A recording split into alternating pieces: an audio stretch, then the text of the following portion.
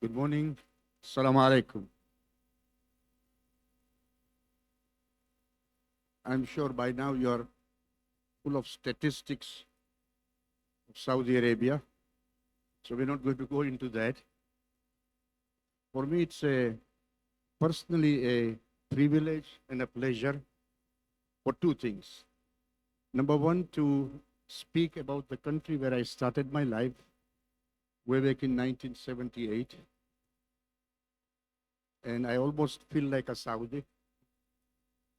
And to have distinguished people around me, he is the Nilesh Ved. There is no other Nilesh Ved. So we're going to make it a little bit family oriented. I've known Nilesh's father, and in the fashion industry, in the FMCG industry, there is none to beat Nilesh. At the same time, humility is his first character. So Nilesh bhai, thank you for joining us. Then next to it is Dr. Tarek Al-Fadl. And just for your information, Dr. Tarek's father was born in India. So he has a lot of Indian DNA in him. So we welcome him as well. And then we have Fadl Twaijri. He's much younger. So I was just talking to him when I was in Saudi. I think you were not even born or 3 years old. Al-Twaijri family, those of you who've been to Saudi, is a very well-known family, very old family. And all of them have graciously, and the speakers that were here before us in the morning, they've graciously come and joined this forum to be able to share their insight as well as their experiences into Saudi Arabia. So, Nilesh bhai, since this is a GCC forum, right, and I'm going to start with a question on how did you set up? I saw that you started with one store. Today, the Apparel group has over 2,300 stores, representing 85 brands in 14 or 15 countries. I'm a very loyal Tim Horton coffee drinker. Thank you. Thank you. So please enlighten us about your growth in GCC, your experiences in GCC. First of all, I want to thank you for inviting me here. Let me give you a little background so then you can connect this. My great grandfather came from India to Muscat in 1904.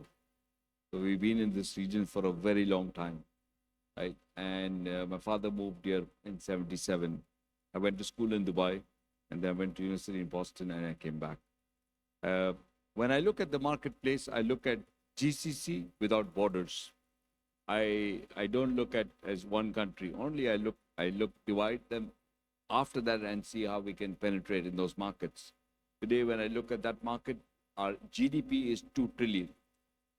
If you see GCC without borders, I'm giving the big fat numbers is 2.1, 2.2 trillion, but then it's easier to calculate. Our population is more than GCC without borders. When I look at that way, it's 52 to 53 million, but you can look at 50 million population and growing, right?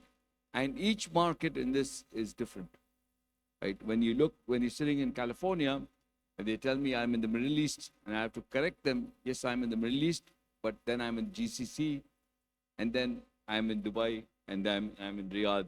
So to explain to them what's the difference between every city that's out there, right? Dubai would really help us grow and multiply. Just one more number I would like to share. Dubai Mall, which is the largest mall in the world, which is probably 15 minutes away from here, last year got 111 million tourists. 111 million people visited that mall. Highest sales per square feet in the world is in this mall, in one mall, right?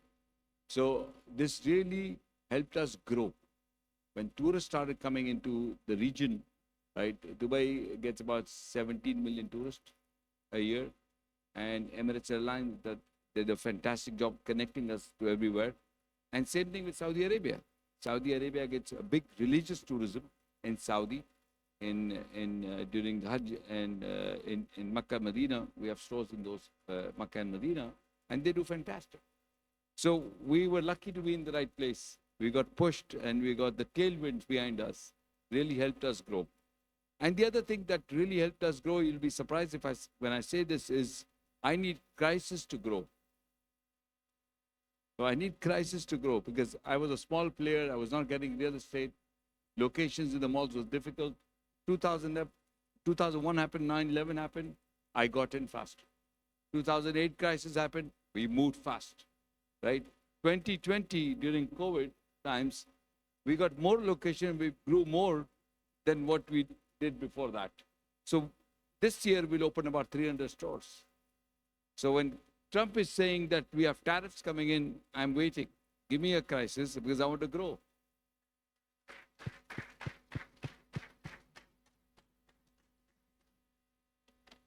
So that really helped us. And I was in Harish Bhai's business, which is gold. My father's business is in gold bullion. And when I left that and got into retail, I made some simple rules. One of the simple rules was I don't want to do businesses with low margin, which is commodity business.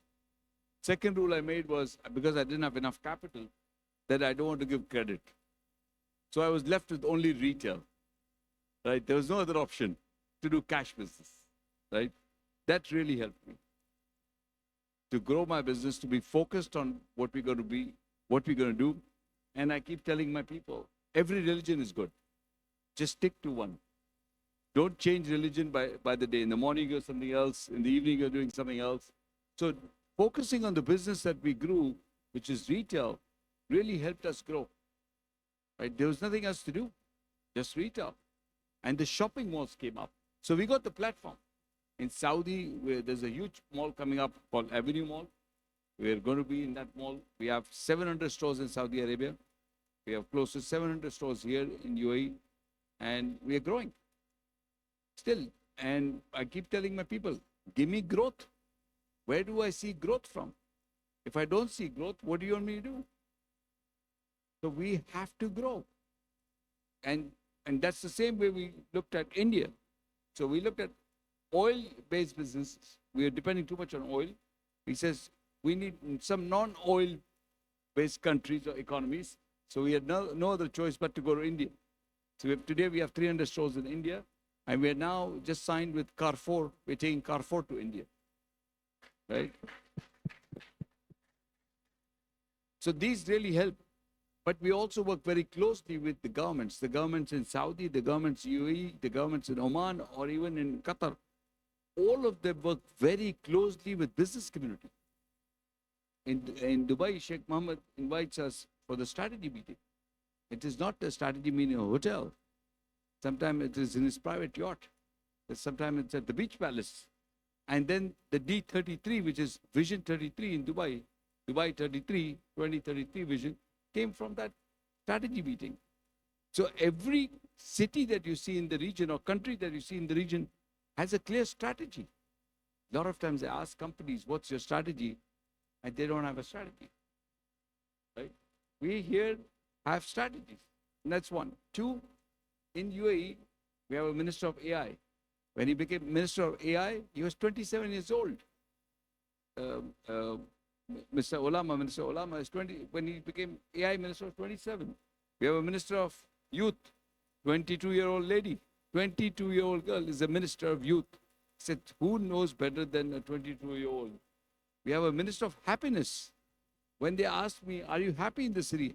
I said, by you asking me this question, I'm very happy. Right? So it's these kind of things really support in the growth that you have. And the government works. The government is efficient. Right? It's amazing. I mean, the ministers in Saudi, I was at Davos and I saw all of them. 9 of them at Davos, working hard, doing meetings, young, active. This is a new GCC that we are seeing. These opportunities don't come to us every day. Take it. You know. No, I think as we learn from you, Nilesh bhai, crises bring opportunities, and then you have your fundaments that you don't go away from, right? And then you look at growth, and as he just described, the positiveness, the encouragement of the rulers, the government, the ministries that encourage the businesses. So I think it's just wonderful to hear from him. I mean, he can be here whole day, and we would have stories and stories. But thank you for the insight. My next question will be Dr. Tarek, who, as I said, has a little bit of Indian DNA. Doctor, as someone deeply involved in the local economy, how do you personally view the pace and the direction of change in the kingdom?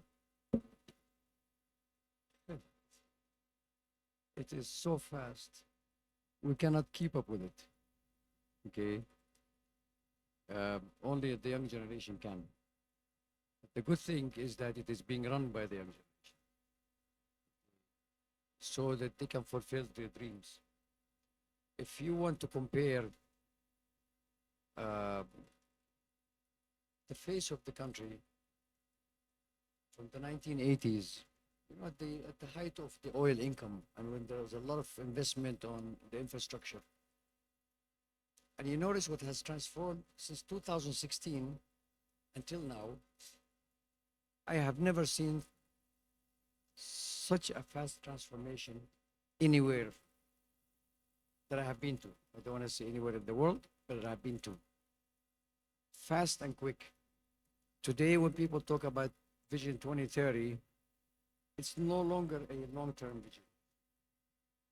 Okay, you are 2025, 5 years to go. Okay. Now the vision beyond is being worked on.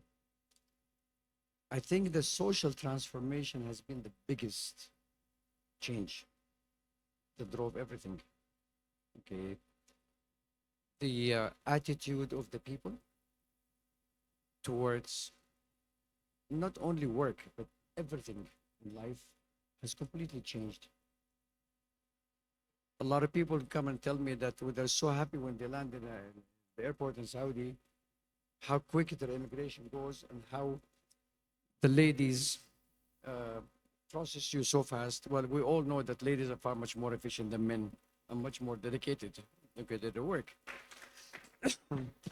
And they're part of our success. Of course, many people will say, but this is not a big deal. No, it is a big deal because as a person coming from elsewhere, this is your first experience with the country. If you have a bad experience at the start, you would not want to come and invest and you would not want to discuss anything.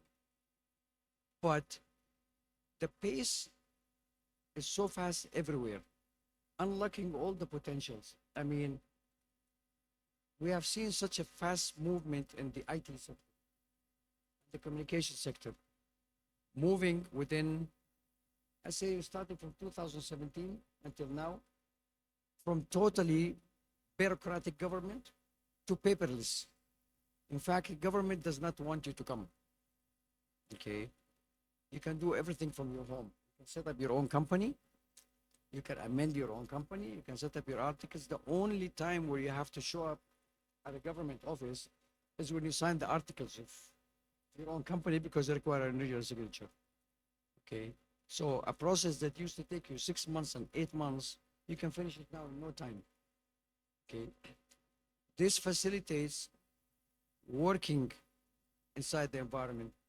There are sectors that I personally have experienced and I never thought that they were open. The mining sector. And long time ago, we were working on a mining project and I toured the whole country.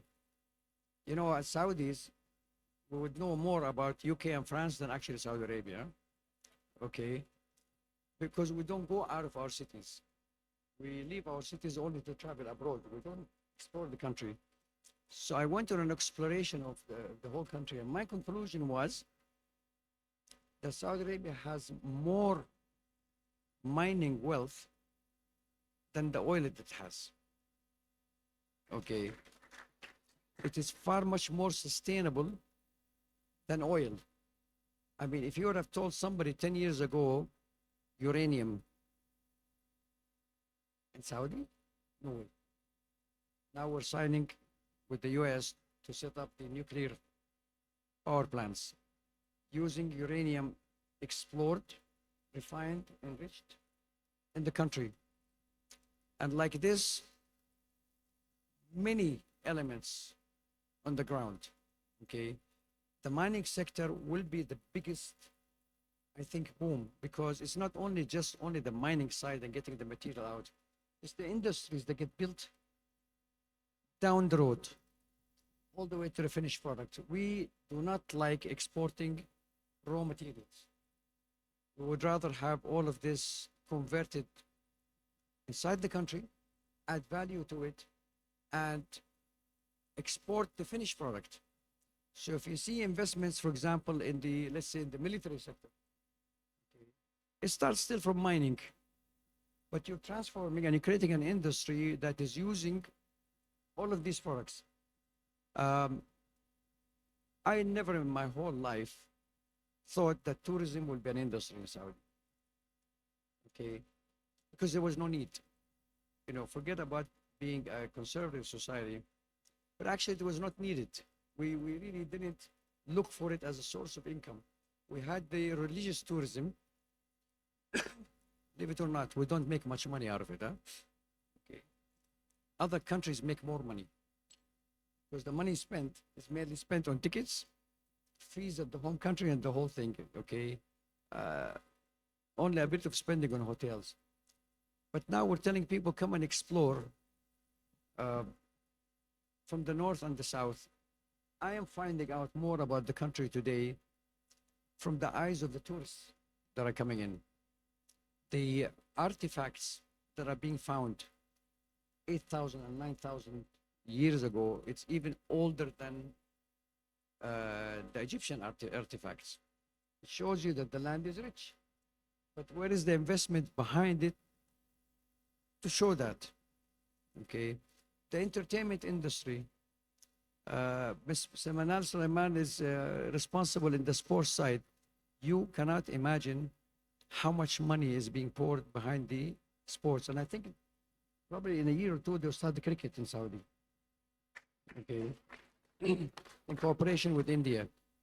Okay. When you think of the size of the Indian population, the Pakistani population, and the Bangladeshi population, you do have what you need to have a successful cricket business. So I think from every angle you look, there has been a huge change. It's a permanent change. Okay. At times I feel as an older person, like a foreigner. I have Mr. Sangani in here, who's been into Saudi for the last since the 70s. I keep telling him, come now, and I challenge you to find your way. You will not be able to. It's a completely different place. Okay, but also don't forget, I'm the son of industry. And industry in Saudi is a major contributor to the GDP. It will always keep growing. We have the best of industrial cities. And I'm talking about industries, not necessarily only high tech, but even the food industry. Okay, and by the way, I don't know if that many people know that we have more percentage of farmland in Saudi than the entire Middle East. People think it's desert. It's not. It's part of it desert. The rest, we have our own mangoes, okay, and we're gonna come after India, okay? You know this, right? I hope I covered the points well. I think it's very open, frank, and sincere remarks by a Saudi person, absolutely educated in the US, whether it was undergrad, graduation, and doctorate as well. But the remarks coming from Dr. Tarek enlighten all of us as to the changes taking place there, the opportunities there, etc. Thank you so much. So I'm going to move now to Fahad, our youngest member here. Fahad, how would you describe the ease of doing business in Saudi Arabia in the current scenario?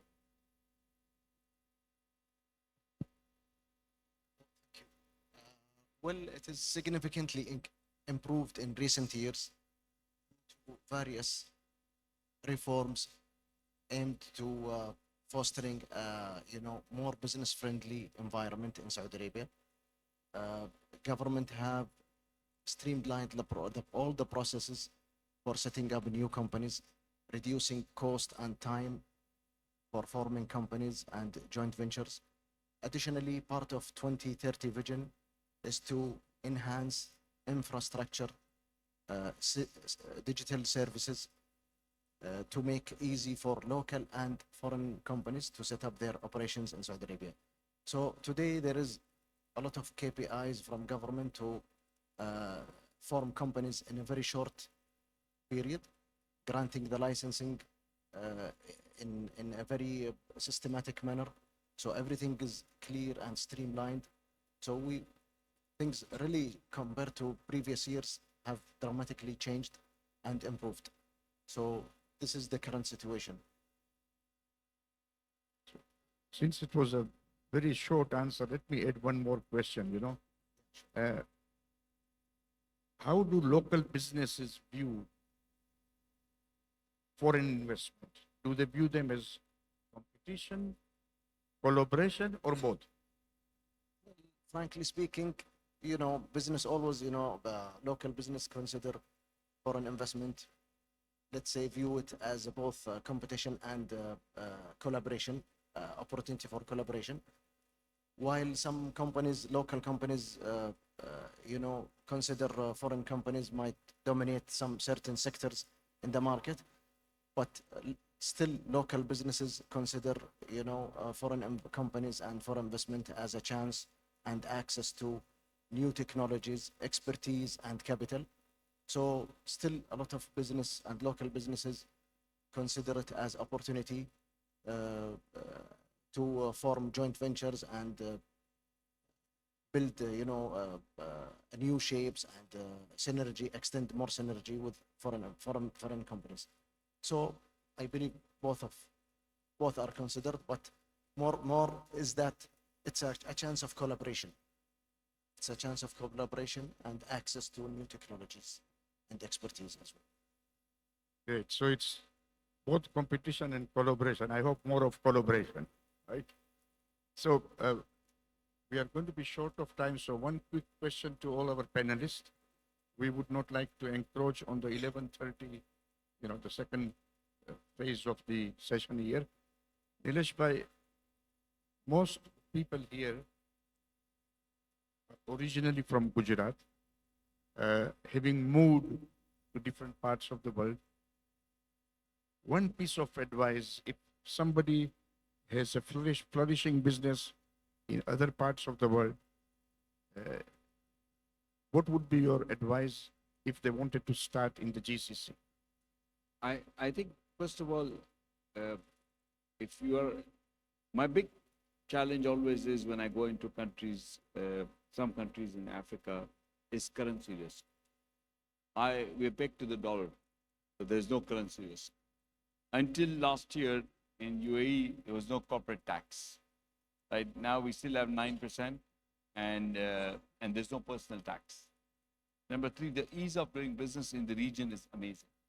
The connectivity from here, you can go to, in 7 hours you're in London, in 7 hours you're in Singapore, and people don't believe that Moscow and Dubai are in the same time zone. It's a 4 hours, 30 minutes from Moscow to Dubai. The Russians treat Dubai as Miami. They come down when it was minus 25, and they come here for when the weather is plus 20 or 25 and go to the beach. So the population, the growth that we will see in this region, there is no option but to be in this region. You will need someone from your family, at least one family member, to be outside or wherever you are. And that, Dubai gives you that. I mean, our friends in London have done a good job for us the non-dom is helping us to bring more people here. Uh, the people from Africa, a lot of them are setting up offices here. People from CIS are setting up offices in UAE, in Saudi, in all the region. One more thing I would like to add on Saudi Arabia, that people are a little surprised and shocked. We are getting 3 big events in Saudi. We're getting the 2030 Expo. We're getting the Asian Winter Olympics in Saudi, 29. Yeah. And we're getting the 2034 FIFA. Can you imagine these 3 big events? I mean, 25, 30 years ago, somebody said that's coming to our region. It's impossible. The day they're all coming here, do we have an option being outside this region? Okay. I mean, Europe is an amazing market. These markets are good. But look at our marketplace, 2 trillion and growing, safety, security, and you're pegged to the dollar. The other thing is the banking in our marketplace. It's amazing. The banks are strong. They're making a lot of money in the region and they're investing. The support we're getting from the governments in the region, in Oman, in UAE, in Qatar, in Saudi, all of them growing, right? I don't know what are we scared about. His Highness Sheikh Mohammed says this in Dubai. The biggest risk you take when you don't take a risk, right? We were talking about the strategy meeting which His Highness has. And one of the guys came up on the stage and he said something interesting. And he said, His Highness Sheikh Mohammed's quote, right? If it's good for business, it's good for Dubai. Imagine that mindset of the government, which is business friendly. The other thing that you must see a video online on Sheikh Mohammed that says that the government of Dubai has to think like 5-star hotels, which is working 365 days, 24 hours. And we, the government, need to go to our customers, not the customer coming to us. It's completely different mindset. And when you have this kind of support from the region, what risk are we talking about? I don't see any risk. Give me the risk. I will take all the risks that you want in the region. Right? That's the thing. Yes, the olden times you say Middle East or Gulf is a risk, then I would say give me a premium for it. It's very simple, right? I heard this again somewhere, right? They keep talking about risk and reward. Risk and reward, but one big thing that people don't talk about is regret. You'll have big regret not being here, right? So do yourself a favor, do your kids a favor, put someone from the family here in the region. Thank you. Risk, reward. If you don't do it, then you have the third R, the regret, which I don't think anybody wants that. Dr. Tarek, you've been to India several times. A short take on what do you suggest Indian companies, small and medium scale, because I see a lot of encouragement in Saudi Arabia for small and medium scale industries. So if you look at the India, for example, and your experience of meeting with different people, what are the industries that you think were still India is lacking to come to Saudi? I think, first of all, any investor who wants to go to invest anywhere, first 2 things they really want to make sure they don't have to deal with are corruption and vagueness in the laws, the protection of the rights of the investor. You can open your sectors all over the place, but if you feel that as an investor you have to pay your way around, you're not going to come. If you feel that the laws are not vague, if you have an issue and you cannot go to a court, or if you go to a court you're not guaranteed your rights, you're not going to explore anything. I think this is the biggest achievement in Saudi. Sometimes people laugh when they talk about the big stories of the Ritz. But fighting corruption was so strong, okay, especially among government employees, okay, and it remains until today. I receive messages, I'm not talking about arresting people for millions of dollars, talk about people for 1,000 riyals. That's the message that you have to send. The second, the transformation of the laws, okay, where your rights are guaranteed, the law is clear 100%, and you do not have people anymore who are not within the legal profession actually working their way into the courts. It's no longer allowed. Now, if you get the comfort that you don't have to pay your way, and you get the comfort that the laws are clear, I really can't tell you which sector is the best for you, but I can tell you one thing. Come down. Come down as a visitor. You have to see the place for yourself to get the vibes. Every sector that you think of in Saudi is open.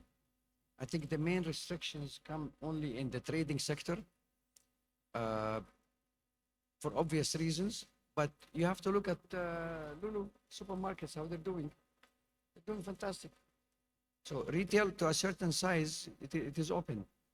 But you have to come in, you have to explore. It is a very large country. It's a continent. It is not a small place, okay? From east to west, you're talking about a drive of about 1,500 kilometers. From south to north, more than 2,000. Okay, it's not a big population, but not a small population. 35 million is 35 million. Okay, the job market is growing faster than we can make babies. Okay, right? So that's why our employment rate today is on the low side. But there is a plan that actually the expat population in Saudi will double. Okay, by design, not as a consequence. And the reason is that you have a lot of companies coming in. You're not going to find people to employ, okay, no matter how much you educate, okay, you have that many newcomers. Okay, like I mentioned before, tourism, sports, mining, manufacturing, agriculture, logistics, okay, is a huge, huge opening. They're working now on a train service, cargo train plus passenger train coming from Jeddah all the way to Riyadh and connecting to the MAM, and then connecting all the way to Dubai and to Muscat. Imagine this land bridge, what kind of an impact it will have on logistics, okay? Imagine the manufacturing. Today, if you go to Jeddah, for example, you want to set up a factory, lands are full. You go to Eastern Province, 3 industrial estates are full, okay? The earlier you come, the better. But really, it depends on which area you are in. What is your area of specialty? What is common for all of you? Take a flight and come, okay? Visa, I understand. It could be difficult if you're coming from certain countries versus another. If you're coming from Europe, it's you land in the airport and you go in. Okay. If you're coming from Angola, okay, I think we're gonna have to check. Right? It's not banned, but the process is longer. Okay. For me, I heard a lot about India, but I didn't know anything about India until I landed in India. And I saw for myself, okay, how things are there, how the country is, how is the culture and the whole thing. You get yourself comfortable with it. The rest, you don't worry about it. You know, you have good examples for people who came in here 20, 30 years and they have done very well, and now they're growing faster. Okay. And if you have any questions later on, the biggest advice, make yourself Saudi friends, because they can answer your questions fast. Don't ask somebody else. okay, who may not know. I'm not saying they're bad people, but they may not know. Okay. Keep business cards when you meet people. Shoot them a WhatsApp, shoot them an email. I want to know about this, about that, and so on and so forth. And I am sure at least I'll be happy to answer. You'll be happy to answer. Okay? Thanks, Doc. Fahad, last question for you. As a young professional, but also an entrepreneur with your family business, what would be the one piece of advice you would give the audience for someone who would like to come and explore business opportunities in Saudi Arabia? What would be your advice? Tarek's mentioned, better to visit Saudi Arabia once and explore the opportunities. As my colleagues here on the stage mentioned, that there is various opportunities in Saudi Arabia: tourism, entertainment, infrastructure, mining, digitalization, fintech. So once they visit the Saudi Arabia and they notice the growth and experience the structure there and explore the opportunities closely, definitely they will change their perception. I'm sure that the government is supporting foreign investment and making things easier than before, giving a lot of incentives such as 100% ownership in various sectors, improved system of licensing, tax exemption in some areas, promoting companies, regional companies, to move their headquarters to Saudi Arabia and Riyadh. So a lot of incentives being launched by government. So once they come and visit there, then they will explore it really physically and notice the change. Thank you so very much. I think we'll bring to the end of this panel discussion. Thank you so much, Nilesh Bhai, Dr. Tarek, Fahad, to spend your time. And let's hope, Satish Bhai, one of your next conferences would be in the city of Riyadh or Jeddah. Thank you so much, everybody.